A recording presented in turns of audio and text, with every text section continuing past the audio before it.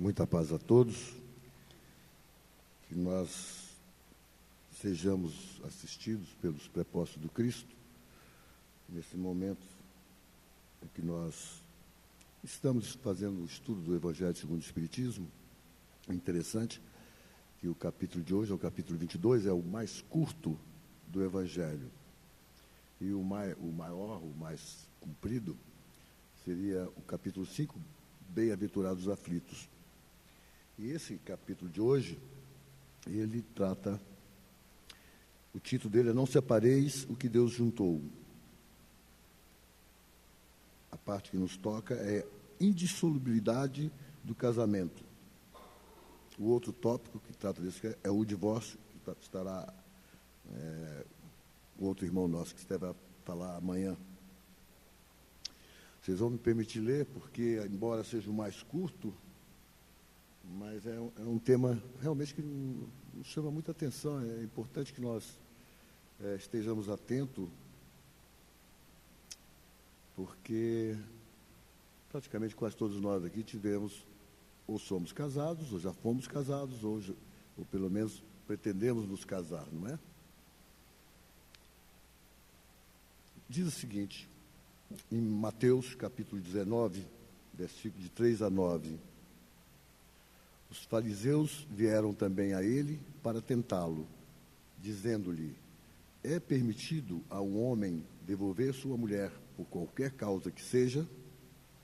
Ele lhes respondeu: não leste que aquele que criou o homem desde o princípio os criou macho e fêmea, e que foi dito: por essa razão o homem deixará seu pai e sua mãe e se ligará à sua mulher, e não farão mais os dois senão só a carne, uma só carne. Assim, eles não serão mais dois, mas uma só carne. Que o homem, pois, não separe o que Deus juntou.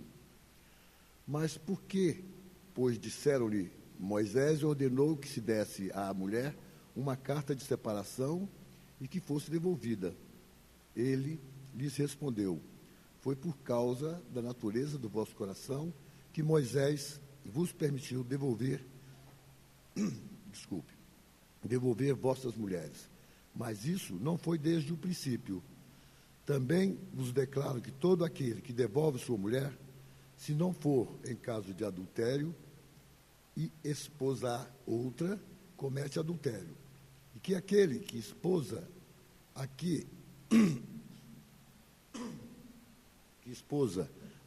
um outro devolveu, comete também adultério. Aí vem as explicações dos Espíritos. Vou ler só uma parte dele. Não há de imutável senão o que vem de Deus. Tudo que é obra dos homens está sujeito a mudanças. As leis da natureza são as mesmas em todos os tempos e em todos os países. As leis humanas mudam segundo os tempos, os lugares e o progresso da inteligência. A doutrina espírita, ela dá 4 categorias de casamento.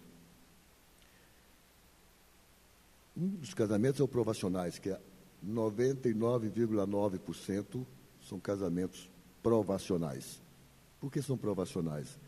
Porque em algum momento no passado nós tivemos algum tipo de relacionamento com outro espírito, e que depois nós temos que, para acertar nossas contas, estarmos novamente juntos.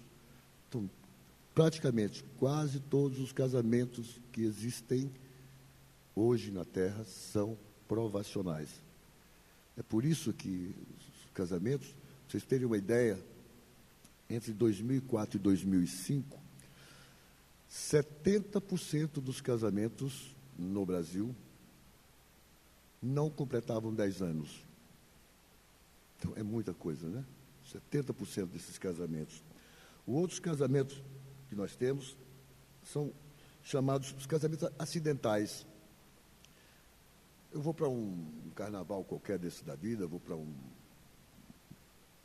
balada qualquer e encontro uma menina, uma mulher, e nós nos relacionamos ali, por acaso ela pode se engravidar, e aí eu, por uma questão apenas nada de sentimento, mas sim porque, não, eu vou me casar com ela, porque agora está grávida de um filho meu, então eu vou me casar com ela. Mas não existe nenhuma afinidade. Esses casamentos, eles são acidentais e normalmente são de curta duração. Existe o outro tipo de casamento, que é o casamento sacrificial. É aquele em que a mulher ou o homem se casam, quando se casam, tem um que é, vamos dar como exemplo aqui, um alcoólatra. E a mulher, às vezes, suporta aquela situação do alcoolismo dele durante uma existência quase inteira e fazer verdadeiro sacrifício para que mantenha aquilo, uma tentativa de reajuste daquele parceiro. Agora, existe também o chamado casamento missionário. É muito raro, mas nós temos como exemplo o casal Novelino, lá de Franca, São Paulo. Eles dois, eles criaram Pestalozzi, existia uma fazenda na qual todos os garotos, os adolescentes que estavam em situações de certo abandono, eles os acolhiam a todos. E foi, como nós sabemos, que Franca é a chamada capital do sapato no Brasil.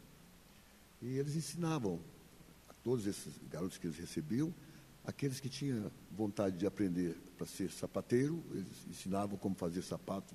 E aqueles que tinham afinidade por fazenda, eles eram levados para a fazenda, para aprender a cuidar dos animais, a plantar e tudo. Então, eles foram realmente um casal que vieram com uma missão e realizaram essa missão dele. Agora, é bom que nós coloquemos na cabeça que, embora a nossa maioria dos casamentos, 99,9%, sejam casamentos provacionais, nós devemos, se nós sabemos que não são prova que nós estamos passando, porque por algum motivo nós reencontramos essa criatura, nós devemos saber que nós temos que nos sacrificar para que mantenhamos esse casamento até a bom termo, até que chegue a um final que não seja tão doloroso para nenhum nem para o outro. Na pergunta 697 do Livro dos Espíritos, perguntado,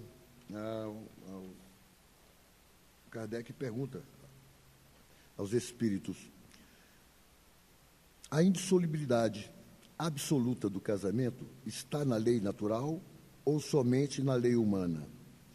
Resposta: é uma lei humana muito contrária à lei natural, mas os homens podem mudar suas leis.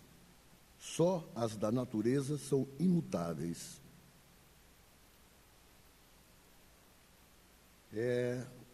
A gente vai vendo que realmente tudo na nossa vida é uma situação dinâmica, nada tem que ser estático, parado.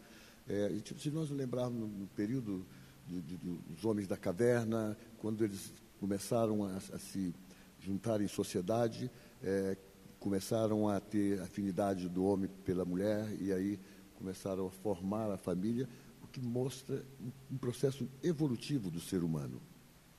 Então, o processo do casamento, ele não será... Quanto mais nós evoluirmos, quanto mais nós tivermos acessibilidade for aumentando, acessibilidade que eu digo, porque nós, inicialmente, tínhamos só instinto.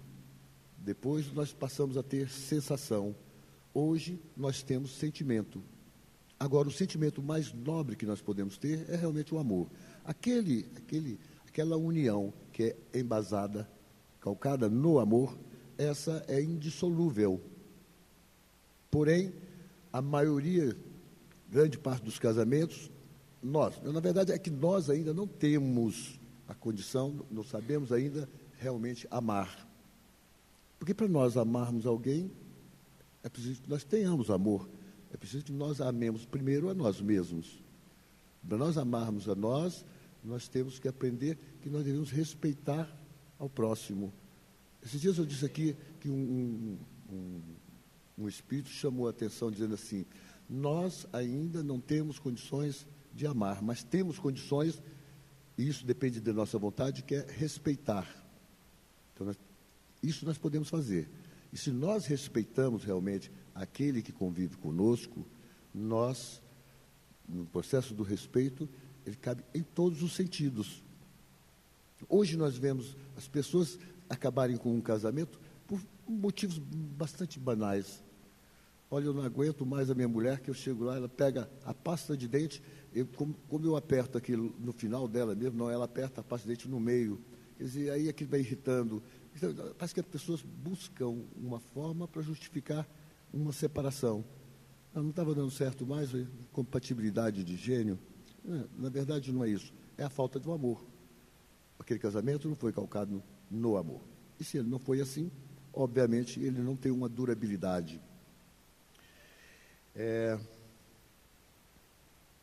No Brasil, em 1890, o Marechal Deodoro da Fonseca, 1890, ele criou a lei do casamento ser obrigatório no civil. Nos países mais teocráticos, esses casamentos, basta apenas o casamento no religioso. No Brasil também, antes de 1890, bastava apenas o casamento no religioso. Depois da lei é que tornou-se obrigatório. É claro que essas leis são leis dos homens. Amanhã, nós poderemos estar convivendo com uma pessoa, dizermos que somos um casal, não necessariamente sermos passado em um papel, uma escritura de que nós, em cartório, ou seja, de que maneira for, porque estará embasado no sentimento maior, que é o sentimento do amor. Nos estados teocráticos, isso não se dá.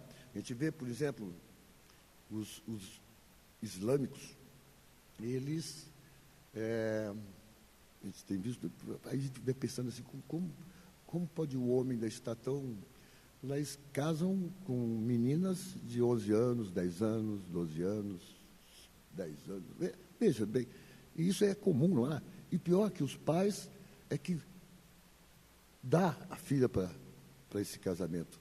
Quer dizer, eu conheci uma libanesa, que ela me disse que ela teve que fugir do pai, porque o pai havia prometido ela para um libanês que ia chegar aqui no Brasil e que ela nem o conhecia. Quer dizer, como é que seria esse casamento? Mas isso também aconteceu com Maria de Nazaré. Ela foi prometida a José e Maria de Nazaré não conhecia José. Então, se a gente for ver esse estado, veja bem, lá nos islâmicos, eles têm a chamada poligamia. Diz que Salomão chegou a ter 700 mulheres, existe assim na história, que 700 mulheres fora as concubinas. Agora, eu imaginava como é que a pessoa pode, 700 mulheres, agindo só por instinto. Então, estava agindo de uma forma muito primitiva. A preocupação deles. Nós vamos vendo o pessoal, voltando ao pessoal, os islâmicos, a gente vê que aqueles vão a sacrifício de explodirem o corpo para matar um monte de pessoas, para desencarnar um monte de pessoas, porque há uma promessa para eles de que eles vão chegar no paraíso e ter 10 virgens. E eles acreditam piamente nisso. Então, a gente vê que nós estamos ainda vivendo num mundo extremamente atrasado. E nós não evoluímos do Cristo para cá praticamente nada. E nós não aprendemos a respeitarmos um ao outro, não respeitamos nem a nossa esposa, muitas vezes, a esposa não respeita o marido. Então, nós estamos realmente num processo de atraso imenso, muito, muito atrasado. Agora, outra coisa interessante. Em 2011, o Supremo Tribunal Federal aqui do Brasil, ele aceitou e tornou-se como lei o casamento homoafetivo. Aí vale a pena nós fazermos aqui alguns reparos.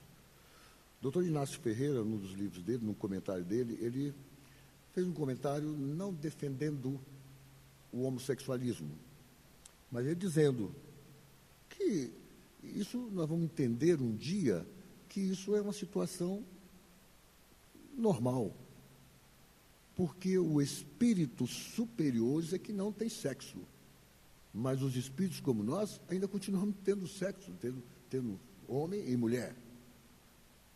Então, doutor Inácio fez esse comentário, não defendendo, mas pedindo a nós sobre o processo do respeito a essa situação.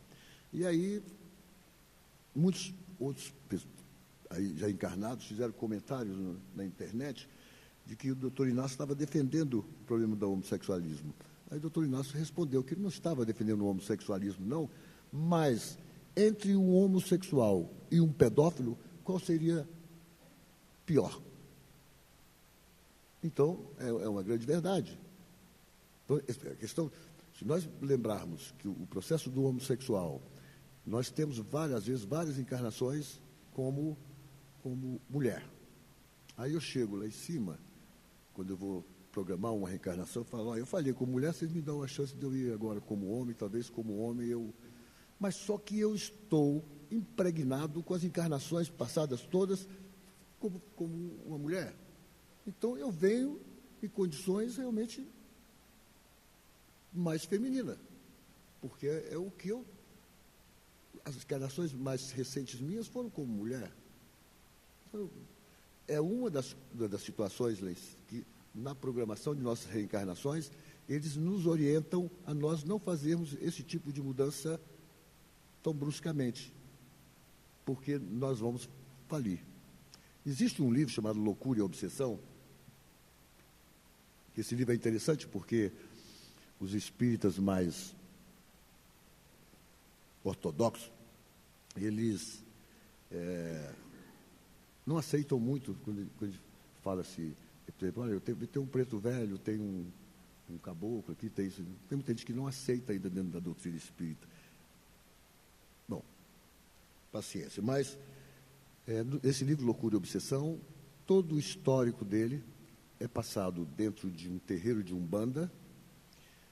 Veja bem, quem é o mentor desse terreiro lá é simplesmente Bezerra de Menezes. Então, Divaldo Franco é que psicografou esse livro. E o caso desse livro todo se passa de um garoto, um rapazão, que era homossexual e tinha um relacionamento com um tio dele. E aí eles foram consultar lá nesse terreiro. E o que a orientação que deram para eles é o seguinte: olha, numa vida anterior, o menino era uma mulher e tinham tido um caso, um relacionamento com esse que hoje era o tio dele. E aí ele perguntou, tá aí, como é que eu faço para me tratar ou para resolver esse problema? E a orientação que eles receberam é o seguinte: olha, só tem uma saída para você: abstinência. Quer dizer, ele veio, embora uma mulher, numa roupagem masculina, mas a única saída era se abster do sexo. Quer dizer, na verdade, não ter um relacionamento afetivo com ninguém, ou com outro par, né, outra pessoa do mesmo sexo. Mas nós temos que entender, no livro Sexo e Vida de Emmanuel, Emmanuel nos diz o seguinte, que no processo do homossexualismo, primeiro que nós temos que ter um grande respeito por a criatura que vem com isso, que vem com não digo que é um problema, mas que vem com esse processo de natureza dele. Que ele orienta da mesma forma que a única maneira que o indivíduo pode ter chama-se abstinência também. Emmanuel também já fala sobre isso. Mas nós temos que lembrar o seguinte, que hoje, no relacionamento agora assegurado aqui como lei para nós, relacionamento homoafetivo, são duas almas e que podem se amar profundamente. Então, nós temos que realmente aprender a respeitarmos essas condições. Isso não significa que nós devemos fazer o que as nossas reformas de ensino tentaram fazer, estão tentando fazer. Quer dizer, dar orientação sobre gênero. Quer dizer, olha, falar para a menina ou para o garoto, olha, você pode amar o seu coleguinha, você pode a menina amar a sua coleguinha. Isso aí não é uma orientação realmente cristã. como está escrito no capítulo aqui, para o homem Deus fez a mulher e para a mulher Deus fez o homem. Portanto, na verdade, não que nós devamos reprovar. Hoje nós sabemos que é muito preferível, como diz o doutor Inácio Ferreira, que o indivíduo seja um homossexual do que um pedófilo. Como homossexual, ele vai ter os relacionamentos dele que ele achar que for melhor. E se for algum agravo nessa existência dele, obviamente, em tudo aquilo que nós fizermos, nós responderemos, porque nós criamos alguns vínculos e que nós temos que saná-los. É igual no processo desses casamentos, por exemplo, casamento acidental. O indivíduo não pode se esquecer de que com aquele relacionamento ele criou um vínculo no qual ele vai responder pelos processos que esse vínculo pode ter causado a um e ao outro. É plantar, é colher, não tem outra forma. Quando a gente fala de poligamia, só fala assim, do homem ter várias mulheres, mas existe também a chamada poliandria, é a mulher ter vários homens. Isso também acontece. Na época, a história no Brasil, na época da escravatura, muitas mulheres, donas das fazendas e dos escravos, entre aspas, dono, né? Ninguém é dono de ninguém, eles tinham um relacionamento com ela escolhia quais escravos que ela queria se relacionar, e às vezes vários escravos.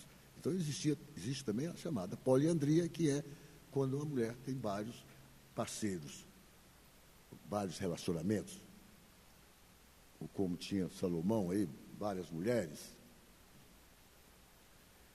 Ontem nós tivemos um trabalho mediúnico aqui, uma história que me mexeu muito assim, emocionalmente com a gente, porque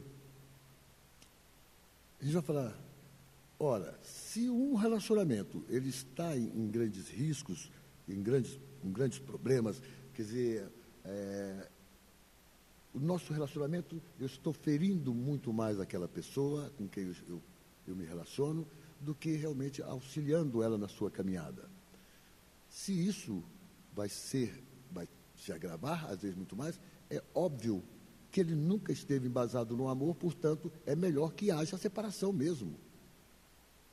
Porque senão, o crime, um matar ao outro, é muito mais grave do que isso. Do que a separação, é óbvio. E nesse trabalho de ontem, teve um caso que eu achei, que mexeu emocionalmente comigo, porque diz assim, como nós somos capazes, de aonde nós somos capazes de chegar. Talvez lá no século XVI, XVII, mais ou menos, tinha um padre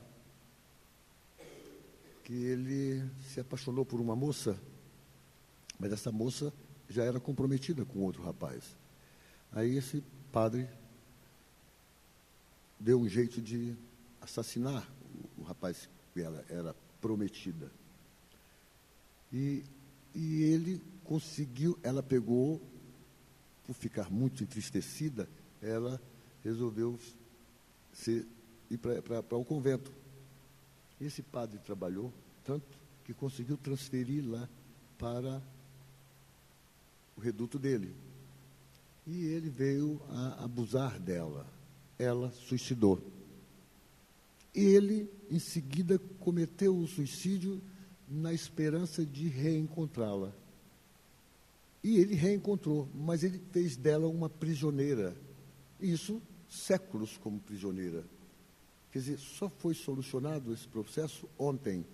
Quando ele se manifestou e foi dizendo para mim, ele dizia assim, eu vim aqui porque vocês me roubaram algo que me pertence. Vocês me tiraram chamava-se Madalene. Vocês me tiraram Madalene. E vocês terão que me devolver, porque ela pertence a mim.